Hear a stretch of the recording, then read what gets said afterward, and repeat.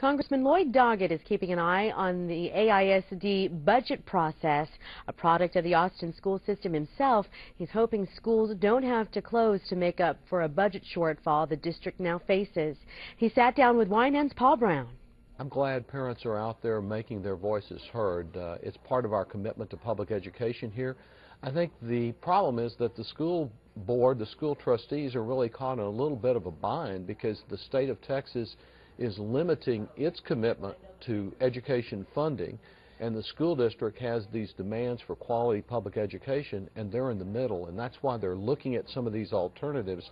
I hope they can find an alternative other than closing schools, because that really is something we need to maintain. You're talking about where the governor didn't sign the offer, I guess, from the federal government in terms of dollars strictly allocated for school That's on funding. my amendment. Overall, though, I think the state of Texas has just not had the commitment to public education that it needs. We have this huge state budget gap, and one of the first places they look to cut is education. This is a time when we're trying to build a competitive workforce with the Chinese, the Germans, the Indians, and the rest of the world. It's not the time to be slicing back education.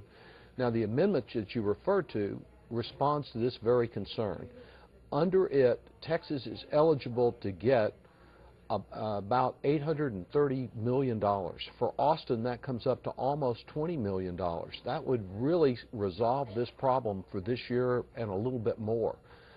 And the only thing keeping the Austin Independent School District, and many other districts too, but Austin from getting that money is Governor Perry's signature on a 3-page application. He says he doesn't want it because it has strings attached.